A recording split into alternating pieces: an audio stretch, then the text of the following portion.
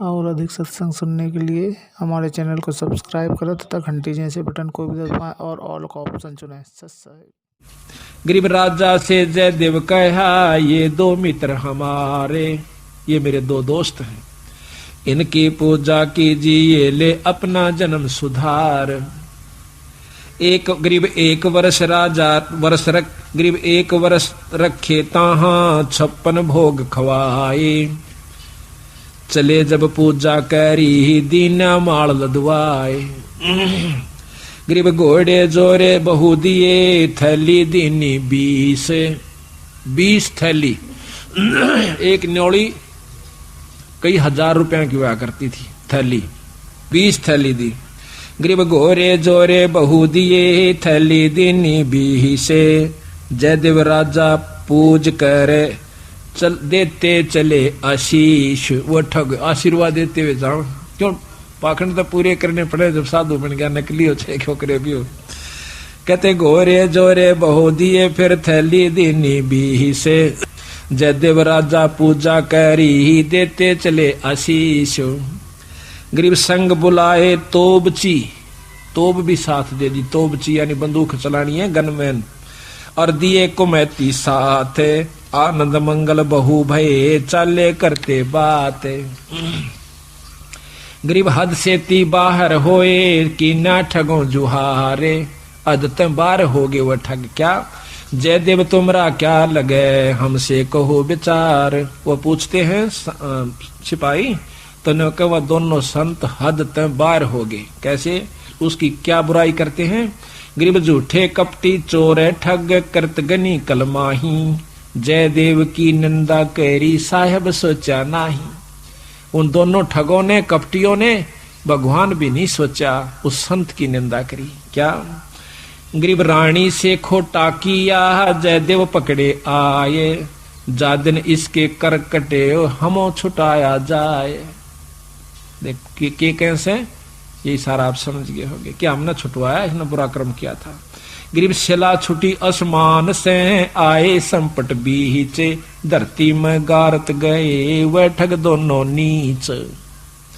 गरीब जयदेव को कर्मले, हर हर किया हजूरे, दोनों पंजे दस्त के हो गए भरपूरे। दोनों हाथ जो काट रखे थे पूरे हो गए। और रोया ने बोला, जड़ो मेरा खास आदमी मर गए।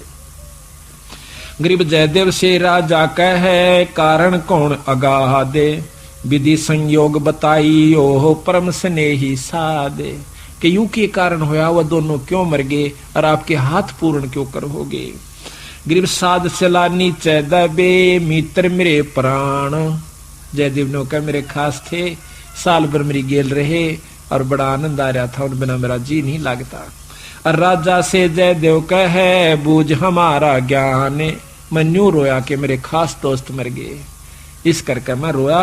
और गरीब करुणा से ती कर दे, प्रश्न करो दयाले, वे दोनों गारत गए शिला परी अबदाल। अब ने बोले जी की बात थी, कुछ नहीं भाई, को पूर्व बला संयोग था। गरीब पूर्व बला संयोग कुछ मैं जानत हूं ना काही, मित्र हमारे मर गए जयदेव दीनी धाई। न्यू कह कर फिर दाड़ मार कर रोने लग गया, जो कर खास बच्चा या भाई मर जाया करे, आदमी जब रोया करे। उसमें एक तत्व हो चुका था, जब साधु कौन का अधिकारी होता है, उसमें इतना प्रेम हो गया था, अपनी करनी उनने पाई, पर मेरे तो खास थे, मेरे धोरे रहा करते, प्रेम तो रहा करते थे, मेरे साथ रहे थे, अपनी करनी आप पाई। गरीब तेज पुंज के हो गए जयदेव संत सुजाने, पिंड तुम्हारा नूर का दरगह आम दीवाने। इतनी परीक्षा में अपने मुंह ते बुराई नहीं करी, अपने मुंह ते न्यों नहीं बताया कि उन्हें काट दिए, अपने मुंह से न्यों नहीं बताइए नीच से आप परीक्षा भगवान कर दे से उसते के छानी से। तो कहते हैं तेज पुंज के हो गए जयदेव संत सुजाने। तेज पुंज का शरीर हो गया, 5 तत्व का नहीं रहा उनका, ये माटी का नहीं रहा। और पिंड तुम्हारा नूर का दरगह आम दीवान। गरीब चाकर चरवादार सब आए राजा पाशो, कैसे वह दोनों मुए हमसे कहो सुवाशो। कि विस्तृत बताओ वह क्यों कर मेरे भाई। सिपाहियां तो पूछे है राजा, साफ साफ कहना। गरीब स्वामी की निंदा कैरी काटे ऐब सबाब, शिला परी अजगैब से आया नहीं जवाब। गरीब जयदेव से राजा कहे कारण कौन दयाल, बदन तुम्हारा नूर का वह भक्षण की ये काल। राजा जयदेव से पूछे ये क्या कारण था स्वामी, आपका तो तेज पुंज का नूर का शरीर हो गया और वो मारे गए। कहते जयदेव राजा से कहे लीला अगम अपारे, पूर्वला संयोग कुछ हुई सोहोने हार। गरीब दर गए बीज इंसाफ, बंदी छोड़ अपना फैसला देते। गरीब दर गए बीज इंसाफ है दम दम लेखा होए, जयदेव के कर कटे जानत है सबको। गरीब दर जयदेव ने नाही कही हुई तीन लोक में गा आवाज, जरना ऊपर होत है ये सकल संपूर्ण काज। गरीब जयदेव ने नहीं कही ही तीन लोक आवाज, जरना ऊपर होत है सकल संपूर्ण काज। अब बंदी छोड़ कहते हैं समर्थ का सरना गहो रंग होरी हो, कदे न हो काज राम रंग होरी हो। सत साहिब बोलो सतगुरुदेव की जय। अभी आपने जयदेव की कथा सुनी, भक्त की, संत की। गरीबदास जी महाराज कहते हैं पावेगा अपना किया रे, तू भोगेगा अपना किया रे। अपने किए हुए कर्म का जीव भोग भोगेगा, अच्छे करेगा तो अच्छा फल मिलेगा। जिस प्रकार जयदेव जी ने अपनी करनी करी, भक्ति करी, लेकिन दुर्शीष नहीं दिया, बुरा श्राप नहीं दिया, अपने मुख से कुछ नहीं कहा। और जैसा उन्होंने भक्तों ने किया दूसरे ठगों ने, उनका फल उनको मिल गया। इसी प्रकार बंदी छोड़ गरीबदास जी महाराज कहते हैं चिन्नो अदर अधारे, मन तू पावेगा अपना किया रे। अपने किए हुए कर्म का भोग तू भोगेगा। चिन्नो अदर अधारे, उस परम पिता परमात्मा जो सुन शिखर के ऊपर है, पूर्ण ब्रह्म परमात्मा सतपुरुष, उसको चिन्हो, उसको पाने की कोशिश कीजिए, वो किस प्रकार प्राप्त होगा। राजा राम की कार उल्लंघी, सीता लंक मंजारे, और सेतु बंदा जब सेना उतरी, चढ़ गए पद्म 18। रावण ने जैसा किया वैसा मिला, सीता ने गलती करी तो उसको फल मिला। अब ये सीता और राम रावण सब कुछ मिलाकर के गुरु और शिष्य के ऊपर सतगुरु इसका इरादा रखते हैं कि अपने गुरु के प्रति, संत की एक एक बात को पूर्ण रूप से उनके मर्यादा में रहे, उनके कई अनुसार चला। जिस प्रकार सीता जी ने रामचंद्र की बात को उल्लंघ दिया, अब देखो थोड़ी सी बात का कितना बुरा परिणाम मिला। जब मारीच मृग बनकर वहां पर पहुंच जाते हैं, जिस कुटिया में रामचंद्र, सीता व लक्ष्मण जी रहा करते थे वन के अंदर, मृग की सुंदरता देखकर सीता ने कहा कि ये मृग मुझे लाकर दो। जीवित लाना, मरा हुआ ना हो, नहीं तो मार तो वो वहीं से सकते थे तीर से। काफी आग्रह करने पर वो नहीं मानी, तो चलती बरिया कहते हैं कि देखो लक्ष्मण, आप यहीं रहना और मैं जा रहा हूं सीता की रखवाली करना, और अगर किसी कारण से तने इधर उधर जाना भी पड़ जावे, मैं हो सकता देर हो जाऊं, तो प्रबंध करके जाना। एक वचन दे के गए कि ये कार दे देना चारों तरफ, इसके अंदर कोई भी शक्ति प्रवेश नहीं कर सकेगी, ना देव ना कोई जंगली जानवर, कोई नहीं आओगा। बोला जी ठीक है। चले गए। सीता ने काफी देर जब होगी, ऊपर से आकाश में आवाज आई, मैं खा लिया, भाई मेरी मदद करो। वो माया थी असुरों की, राक्षसों की सिद्धि थी उसी समय सीता लक्ष्मण से कहती आप जाइए, और आपके भाई को हो सकता कोई आपत्ति हो। तो कहते हैं लक्ष्मण जी ने समझाया कि माँ, भाभी जी को वो माँ कहा करते थे, बड़ी भाभी को, कि कोई ऐसी दिक्कत नहीं है, मेरे भाई पर कोई कष्ट नहीं आ सकता, वो कोई मामूली चीज नहीं है। लेकिन नहीं माने, बहुत कुछ भला बुरा कह दिया कि तेरी नीयत बद है। लक्ष्मण हार के कहता है कि पर एक काम करना, ये भाई का वचन है, इस कार से बाहर मत आना, मेरा कतई कलंक मत लाना, में आप यहां रहिए। चारों तरफ से कार देकर जब चला जावा है तो पीछे से राक्षस रावण आकर के एक साधु का रूप बनाकर भिक्षा मांगे है। अब यहां बात सोचने की है। सतगुरु महाराज कहते हैं जो गुरु वचन पर डट गए कट गए फंद 84 के, ना तो भाई ये लौट झेड़ा ही से उड़झेड़ा है। साधु आकर भिक्षा मांगा है, उसको याद आ जाती है मर्यादा के भाई, जैसे संत भी बताते हैं कि आए साधु को भोजन बिना नहीं जान दे, भिक्षा जरूर देवे, रोटी खिला देवे। उसको इतना भी ज्ञान था सीता को कि साधु भूखा घर से नहीं जाना चाहिए। तो वो कहती है महाराज ले जाओ, भोजन ले जाओ, तैयार है, आटा ले जाओ। जब वो रावण अंदर की तरफ आना चाहा है, एकदम वापस कूद जा से, क्योंकि उसमें से लपट निकला है इतनी जोर की कि फूक देगी रावण को। कार में थे, कहता है माई अगर भोजन देना है तो बाहर आकर दे दे, साधु नहीं तो श्राप दे देगा। अब जब उसको कह दिया था कि तेरे ऊपर कोई श्राप या का किसी प्रकार की कोई आपत्ति नहीं आवेगी, इस कार की ये व्यवस्था है, तो वो कहने लगी कार श्राप वगैरह तो हमें लगी, आप तो सदाचारणी हो, आपको तो ज्ञान है। तो सीता ने दया आगी, के फर्क पड़े से भगत संत से और कर दे सेवा। तो बाहर निकली, बाहर निकलते ठाक चालता बने।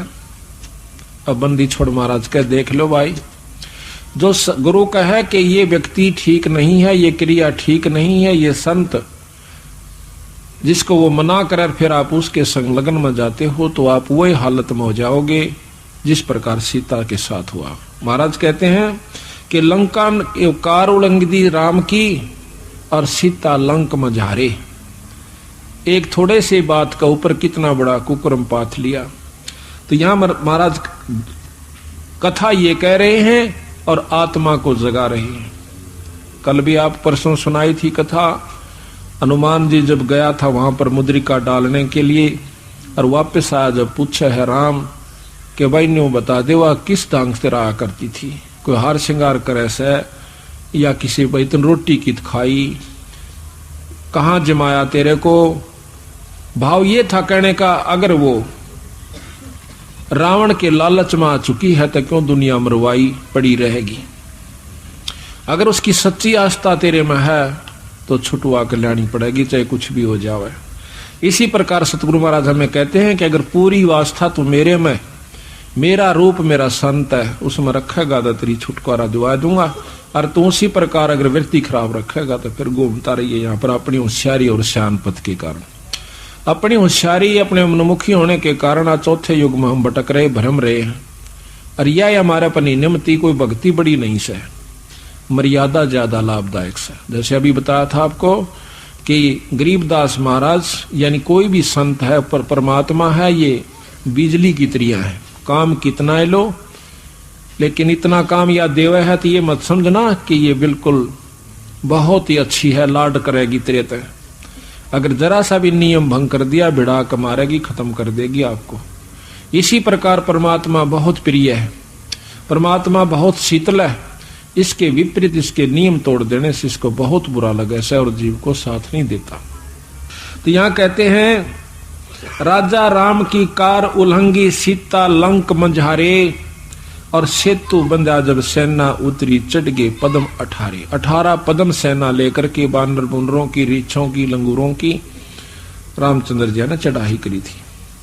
लंका तोड़ बिलंका तोड़ी मही रावण से मारे, और 10 मस्तक रावण के काटे विभीषण राज दिया रे। इनमें कथाएं तो आपको सबकी याद से, पर ये बता रहे बंदी छोड़, जैसा जिसने किया, विभीषण ने जो सलूक किया, विभीषण को राज दिया रे। 10 मस्तक रावण के काटे, रावण ने जिसा किया था उसको मिल गया। प्रहलाद पैज परवान करी है, धर नरसिंह अवतारे, और दीन दयाल दया कर उतरे, हिरणाकुश उदर विदारे। प्रहलाद ने जैसा किया उसको मिला, हिरणाकुश ने जिसा किया था उसको मिल गया। हा हा हो बंदे होते तोलत हैं बलबारे, गज और गरहा बने भवसागर 10 सेंस अधिकारे। अपनी कमाई को करते रहिए पर इसमें अहंकार मत पैदा करना। हा हा हु नाम के 2 संत थे, तपस्वी थे, तपस्या की, तपस्या करके उनके मन में विक्षेप आ गया, अहंकार पैदा हो गया। वो कहता है कि मैंने बहुत तप कर लिया और मेरी शक्ति ज्यादा है। हा हा कहता, हु कहता है कि नहीं, मेरे बराबर तप आज किसी का नहीं है। तो दोनों के तप की परीक्षा, अपनी परीक्षा करवाने की खातिर के किस में ज्यादा शक्ति है, किसका ज्यादा तप है, ब्रह्मा जी के पास गए।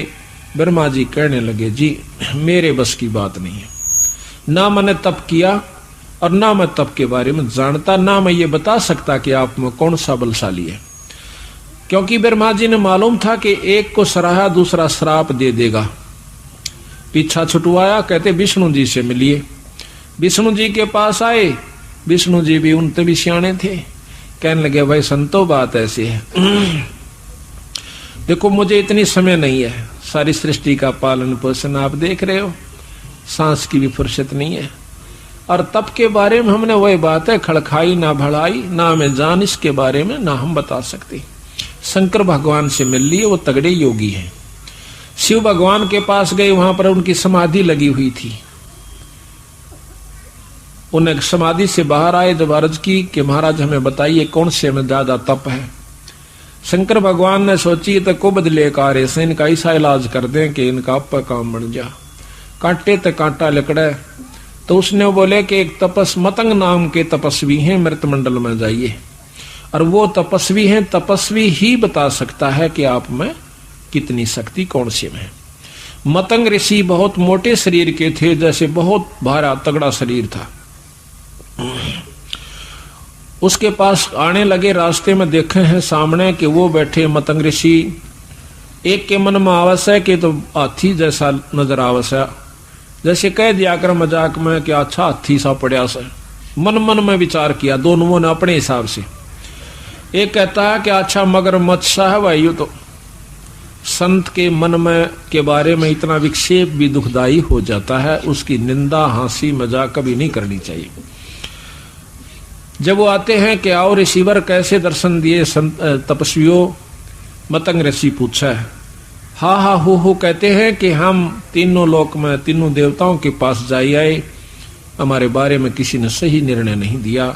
आप बताइए कि हमारे में किस में ज्यादा तप है। वो कहने लगे ऐसे फैसला ना हो भाई, पहलवान गुड़ के दिखाओ जब पता लगे कि जाओ जो तुमने मन में सोची है वही हो जाओ। क्या सोची थी ये तुम विचार कर लो। उसी समय शरीर छूट गया, एक तो हाथी का पैदा हो गया, एक मगरमच्छ का पैदा हो गया। जब वो जवान हुए, हाथी पानी पीने की खातिर दरिया में जावा है, तो वो मगरमच्छ उसका पांव पकड़ ले से। 10,000 वर्ष तक उनकी लड़ाई रही। वो बाहर खींचे, कभी आधा मगरमच्छ ने बाहर खींच लिया हुआ, कभी मगरमच्छ उस हाथी ने खींच ले जावा। शाम के समय युद्ध बंद कर दें, खाना पीना खावें, फिर शुरू हो जावे। 10,000 वर्ष तक लड़ते रहे। कहते हैं गरीबदास जी ने लिखा कि आसपास के हाथियों ने पहले तो उनके लिए चारा लाकर डालते रहे अपने हाथी के पास। आखिर में देखा कि इनका तो रोज का काम से झगड़े का, कौन इनकी बाट देखे। वो जाते रहे, कुछ मर गए कुछ चले गए, रह गया हाथी एकला। आसपास का खाना भी चारा भी खत्म हो गया। आखिर में अहंकारवश फिर आकर पांव पकड़वा दिया, अपना मुंह में अगले पकड़े। तो वहीं से शुरू हुए, आखिर में हाथी को अंदर की तरफ खींच लिया। जब हाथी का सूंड थोड़ा सा जौ के समान, एक सूत समान बाहर रहा, चावल की मोटाई जितना, उस समय देखा कि भांगा नहीं बसावेगा। अर्ज करी मरते हुए ने,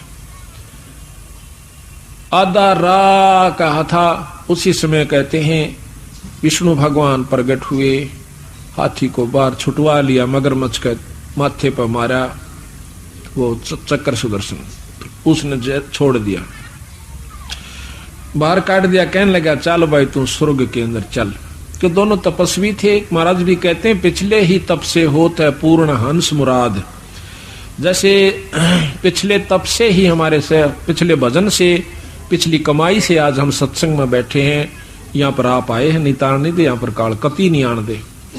ये तो इस प्रकार जोड़ रखा इस जीव को जैसे रेढ़ी के अंदर और खच्चर को जोड़ लिया कर मालिक। काल ने हमें नहीं जोड़ रखा है, काल इस माया के बंधन में हम मुक्त नहीं है। नाथ गाल राखी है कदे को सोचे मुक्त से, ये तो सतगुरु किसी ने काट ऐसे हुए निकल पावस, होता पिछले संस्कार से। तो उसी समय हाथी को पार करने की कही तो मगरमच्छ कहने लगा महाराज जी आप मेरे को क्यों नहीं निकाल रहे हो और इनको ही क्यों निकाल रहे हो? दोनों का लड़ाई थी, ये तो साथ क्या उनका मुकदमा मालिक, आपस में दोनों ही लड़ रहे थे। इसने ऐसा कौन सा नया काम कर दिया जो आपको मुक्त कर रहे हो आप इससे? तो उसने कहा विष्णु भगवान ने कि इसने मेरा नाम लिया है, और वो भी इतनी कराहट के साथ कि कोई ले नहीं सकता। तो वो कहता महाराज इसने नाम लिया और आत्मा मेरी भी कर रहा गई जब इसने इतने दुख के साथ ईश्वर भजा था। तो कहते हैं उसी समय महाराज मैं भी इसी भाव से आपकी तरफ मेरी सुरत गई थी। तो मुझे क्या मिलेगा मालिक के चल तुझे भी पार करते हैं। तो यहाँ दो बात है कि भगवान भजत ऐसे भजा जैसे नाम लेते हैं ना, जो मरता हुआ याद करा करे उसको ररंकार जाप कहते, ररंकार रर्रा। और सुनने वाला भी उसी भाव से सुने तो उसको लाभ होता। जैसे सुखदेव ऋषि ने कथा सुनाई परीक्षित राजा को।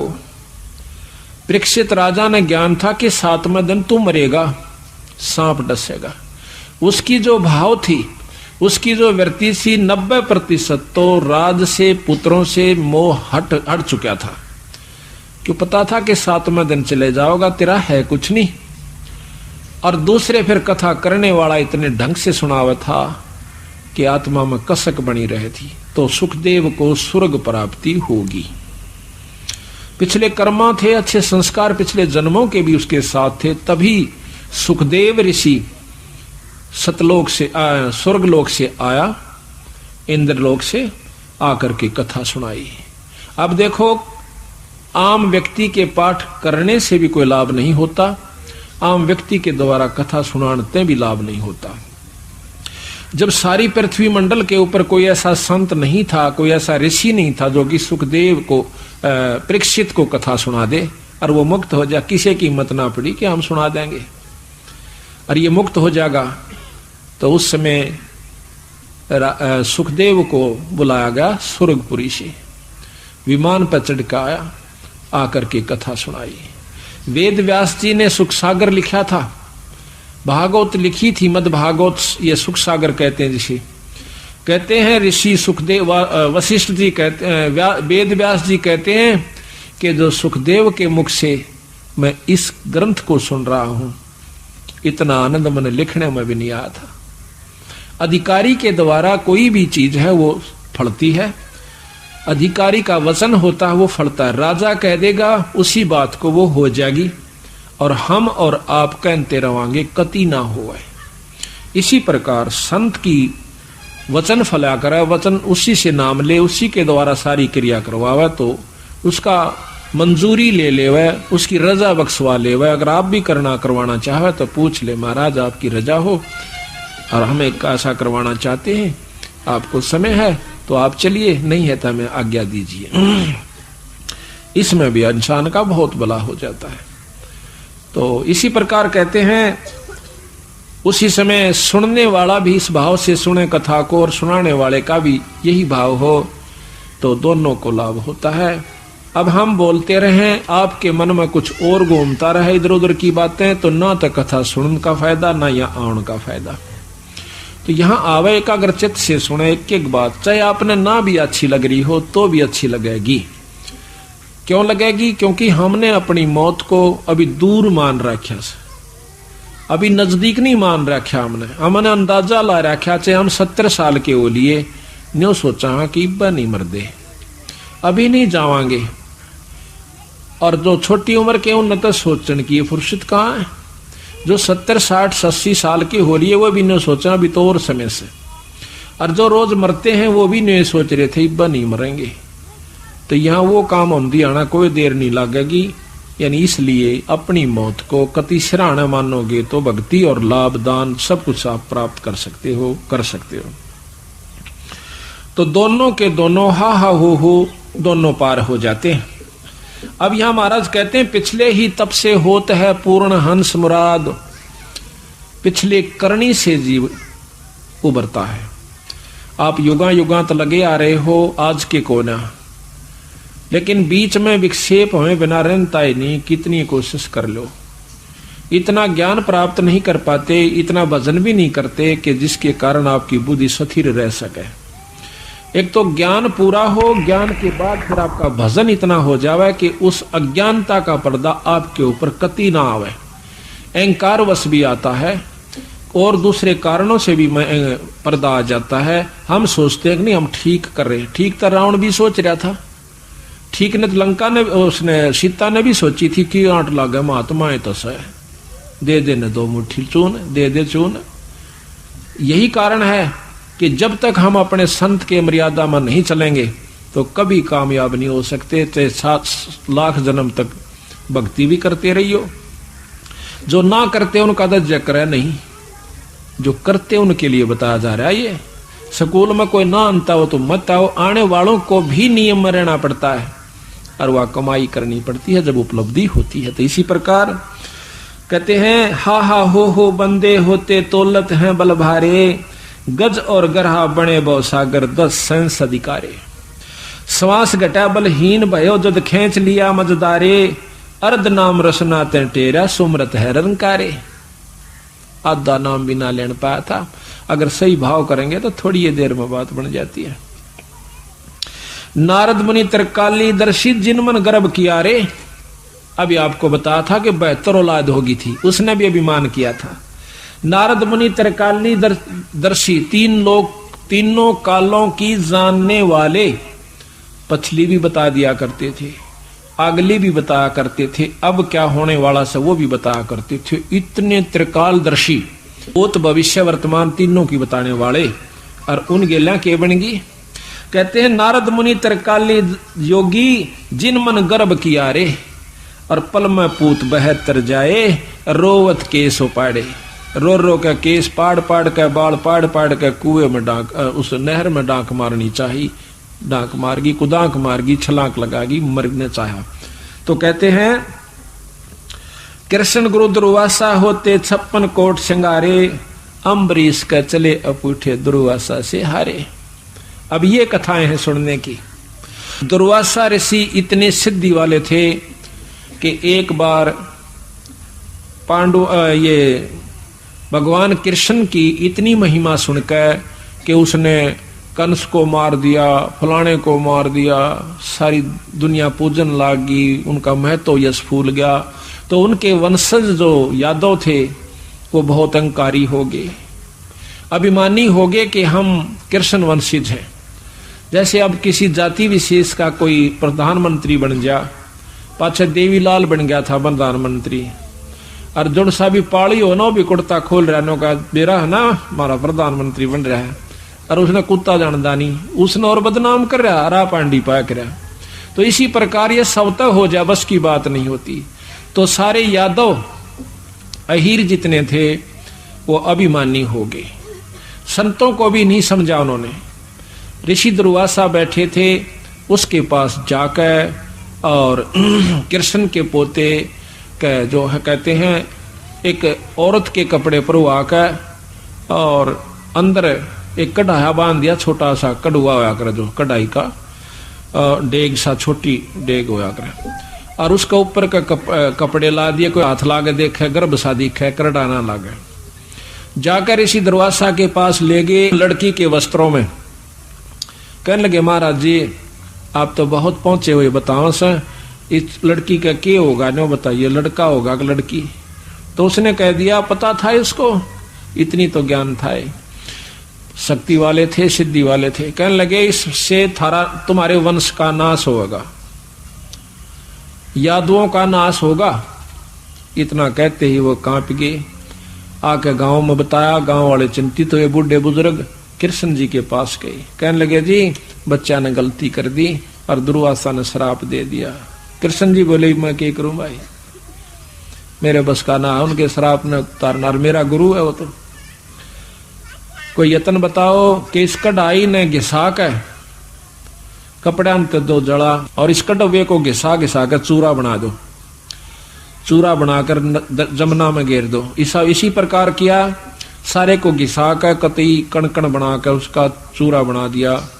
एक मेरे कैसे निर्भाग्य से का हाथ लग गया, एक कड़ा जो कुंडा साथ का उसे वो कुछ घिसा कुछ ना घिसा, इतना छोड़ दिया, मोटा हाउ बगा दिया ठाक है। वो एक मछली ने खा लिया, वह मछली एक बालिया झीमर ने मछली पकड़ने गया था, उसने वो पकड़ ली, उसमें वो कड़ा निकला 100 चमकदार, बहुत सुंदर लोहे का। उसने उसका जहर में बुझा करके अपना तीर का अगला हिस्सा बनवा लिया। उधर से कहते हैं वो कणों के एक बहुत तेज धार वाले घास जाम गया, जिस प्रकार डाब होया करे, डाब आंगली के मां का लिकट जा, अगर खींच कर ले जा तो काट देती है, उससे भी मोटी धार का घास होता है, वो उग गया। अब वो समय आया जब कृष्ण भगवान तो अपना निकल गया और सारे यादों को कहा कि तुम जाके जमुना स्नान करो और तुम्हारी जान बच जावत। तो वो सारे चले गए स्नान करने की खातिर। वहां जाकर आपस में कवा सुनी होगी, वो तो लिख रखा था, होना ही था जो श्रापवश। आपस में मुक्कम मुक्का थपड़म थपड़ा हुए, किसी ने तलवार से, किसी ने वो काट कर वो पठेरा वो पाड़ कर, पठेरे जैसा घास होता है, एक दूसरे का मारे नाड़ उड़ जा कलम की तरिया, जो फिर तलवार काट दिया करे। खून की नदी बहगी, कीचड़ माच गया वहां पर, 56 करोड़ यादव कटका मर गए। तो महाराज कहते हैं देखो दुर्वासा, कृष्ण गुरु दुर्वासा होते 56 कोट सिंगारे, अम्बरीश का चले अपूठे दुर्वासा से हारे। फिर कृष्ण भगवान एक वृक्ष के नीचे लेटे हुए थे, एक बालिया नाम का वो झिमर आकर के एक वृक्ष के नीचे लेटे हुए थे। कृष्ण भगवान टांग का ऊपर जैसे लेट कर एक पैर दूसरे घुटने पर रख लिया करें, पैर का पंजा सामने आ जाता है। उनके पैर में पद्म था, उस पद्म में बहुत चमक थी और उस पद्म के माक पत्तों की झुरमट में कह ईसा चमका था जैसे कोई मृग की आंख हो। उस झिमर ने सोची, शिकारी भी तो था वो, शिकारी ने सोची कि ये कोई मृग बैठा है, उस पद्म पर निशाना साध कर तीर मार दिया। कृष्ण भगवान भी मर जाता है। तो जब पुकारता है मर गया भाई मर गया, मैं मार दिया, उसी समय वो बालिया पछताता है, किसी व्यक्ति का लग गया, भाग्या आवश्य है। तो एक व्यक्ति मोर मुकुट वाला और जो है मरने की लिए तड़प रहा है, पैर पकड़ कर कहसा कि भाई मेरे से गलती होगी, मैंने मालूम नहीं था, मैंने तो मृग समझ के मारा से, मेरी कोई गलती नहीं, ये जहर से बुझा हुआ पंजा था, तीर था। वो कृष्ण भगवान कहते हैं कि मैं कृष्ण हूं भाई, तेरा कोई कसूर नहीं सह, मेरी करनी मेरे सामने है। कैसे कि त्रेता युग में मैंने तेरे को मारा था, तू बाली था, सुग्रीव का भाई, और वो बदला मैं इब दे चला भाई। महाराज कहते हैं पावेगा अपना किया रे, भोगेगा अपना किया रे। और अवतारा लग कर्म लगत हैं देहधारी जिनकाया, जो भगवान राम ने भी अपना किया हुआ कर्म भोग कर जाना पड़ा। इनके उपासक अपने कर्म को कति नहीं बचा सकते। ये तो बंदी छोड़ महाराज कहते हैं, गरीब ऐसा सतगुरु जम जो राजा से डरे मिटे कर्म के लेख, अदली अदल कबीर हैं कुल के सतगुरु एक। केवल एकमात्र परमात्मा है तो सतपुरुष कबीर साहब ही हमारे कर्म की मेघ को रेख को मिटा सकता है। तो यहाँ कहते हैं कि इब इतनी तगड़ी प्रबल शक्ति दुर्वासा, अभिमान हो गया, अकीब तेरे बराबर कोई नहीं रहा। फिर के बना उसकी गिला, जाकर राजा अम्बरीश से जा फंसा। राजा अम्बरीश बहुत अच्छे राजा थे और परमात्मा के प्यारे थे, विष्णु भगवान के तगड़े उपासक थे, जी लाकर भक्ति करा करते और एकादशी के दिन वो व्रत रखा करता। ग्यास का। व्रत का तात्पर्य ये नहीं होता कि जो जिस प्रकार हमने मान रखा है कि सुबह से लेकर शाम तक कुछ नहीं खाना, बस अपना धंधा पीटे जाना। वो क्या किया करते, एकादशी वाले दिन अपना पूर्ण रूप से सारा दिन भगवान की भक्ति पर लाया करते, रोटी भी नहीं खाया करते थे कि इतना समय भी बर्बाद नहीं करूंगा, मैं एक महीने में एक दिन तो जरूर निकालूंगा कि सुबह से लेकर शाम तक ईश्वर स्तुति करता रहूंगा, और भोजन खाऊंगा तो दोपहर के बाद यानी थोड़ा सा भोजन लूंगा जो हल्का फुल्का होगा। उसने ऐसा प्रण कर लिया। ऋषि दुर्वासा आते हैं, एक दिन उनके पास आकर के कहा कि एकादशी वाले दिन आ गए। कहने लगे वही राजा कहाँ है कि राजा तो वो भोग लगा रहे हैं। काहे के भोग लगा रहे हैं कि आज उन्होंने उपवास रखा था और उसको थोड़ा सा अनुपान करते हैं, जस्ट थोड़ा सा, जैसे ये ऐसे कहते हैं यहाँ जो निशान सा हो जाए इतना पानी लिया करते हुए, इतना को जल, उसमें थोड़ी चीनी शहद वगैरह डालकर ले लेते थे। तो गुस्सा हो गया कि तू किस लिए भाई, कि मैंने व्रत रखा था महाराज, कि तुझे मालूम नहीं मैं आया हुआ हूं और संत से पहले तूने भोग कैसे लगा लिया। मेरे से गलती होगी महाराज, अक्षमा कर दो। तो कहने लगा ये क्यों फंड करता है, क्या रखा है इन व्रतों में। तो कहने लगा महाराज कोई बात नहीं, कि मैं बताता हूं, निर्गुण उपासना करो, छोड़ दे इस पाखंड को। दुर्वासा ने बोला जी, और अमरीश कहने लगा कोई नहीं महाराज, आप मालिक सो कुछ भी कहो, मेरे मन को जो मान रखा मैं ठीक कर रहा हूं, पर नहीं मानता। आखिर में एक दिन फिर आना हो जैसा, और वो एक काम फिर हो गया।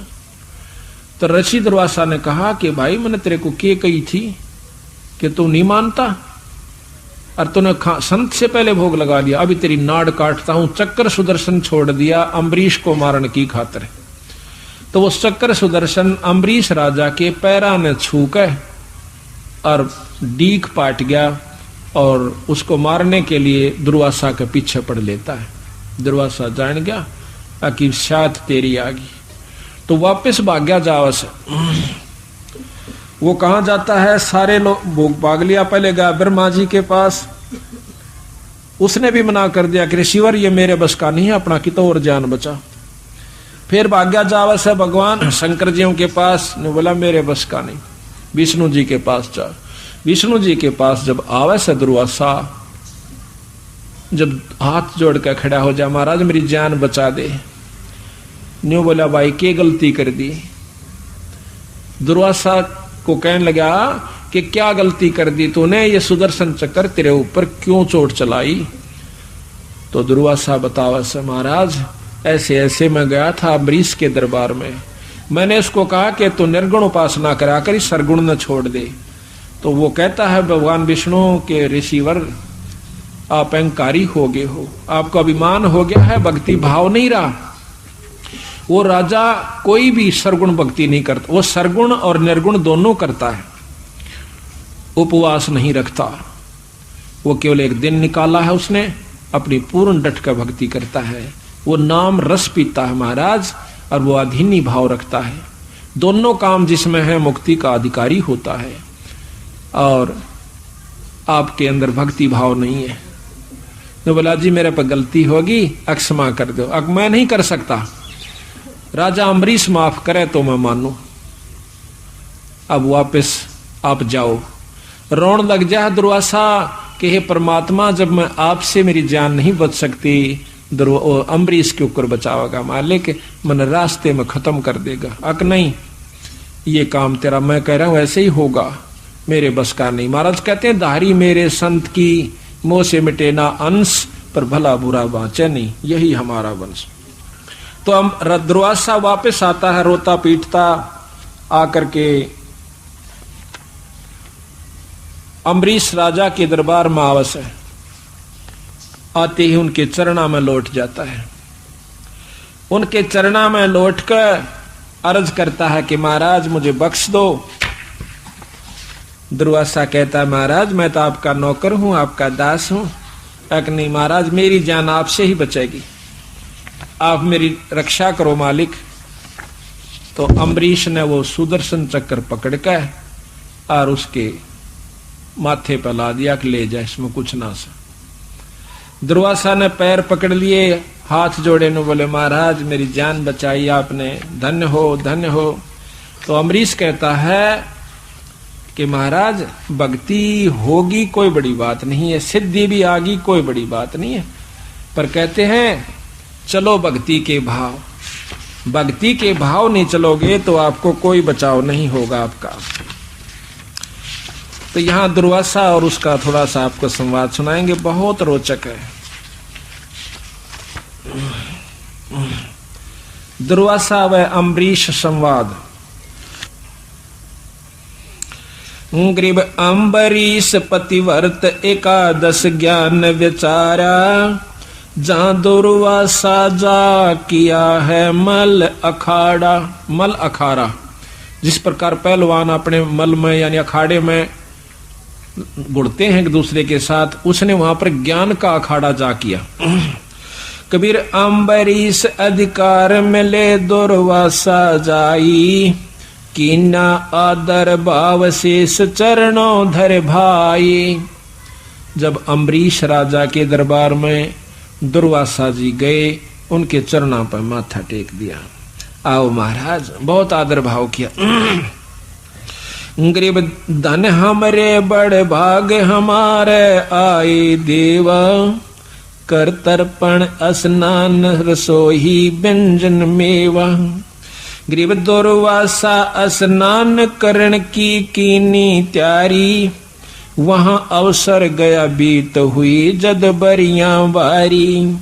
गरीब अम्बरीश तैं आट करी दुर्वासा पाकी, तू छोड़ एकादश व्रत गल कुछ ऐसी भाखी।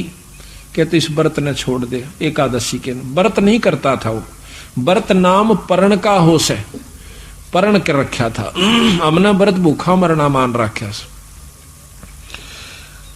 गरीब ब्रह्म ज्ञान गौराई कुरु अन बैसे मेला, तुरिया पद में बास एकादश झूठा हेला। गरीब पद पर श्री अम्बरीश अनाहद राता डोले, ब्रह्म ज्ञान गलतान ऋषि से अधिका बोले। जहां पर ज्ञान की बात आवे, ऋषि तुम्हारा दुर्वासा तुम्हारा अपने तप के बढ़ की, और अम्बरीश कहे ज्ञान की बात है, और ज्ञान में वो फेल हो जा तो काली माने दुख आवा, उसने तेरी बेइज्जती करे से कि ऋषियन से अधिका बोला ब्रह्म ज्ञान के अंदर। गरीब असल एकादशी व्रत संयम कर ध्यान लगावे, व्रत करके प्रण करके कि आज मैं कुछ नहीं खाऊं पीऊंगा, और ध्यान लगावा था भगवान के चरणा में। वो कोशिश करा करता एक दिन पूर्ण ध्यान लगाने की। वशिष्ठ राजा था, दिन भर काम में लगा रहा करता था, तो एक महीने में एक दिन काटा करता कि उस ध्यान लगा कर अपनी करनी को देखूं कहां तक मैं पहुंच चुका हूं। गरीब असल एकादश व्रत संयम कर ध्यान लगावे, संयम कहे कंट्रोल करके पानी पात सब क्या न छोड़ के, या दुनिया की रीत कहे निंदा करवावे। गरीब छाड़ एकादश व्रत बचन तो मान हम।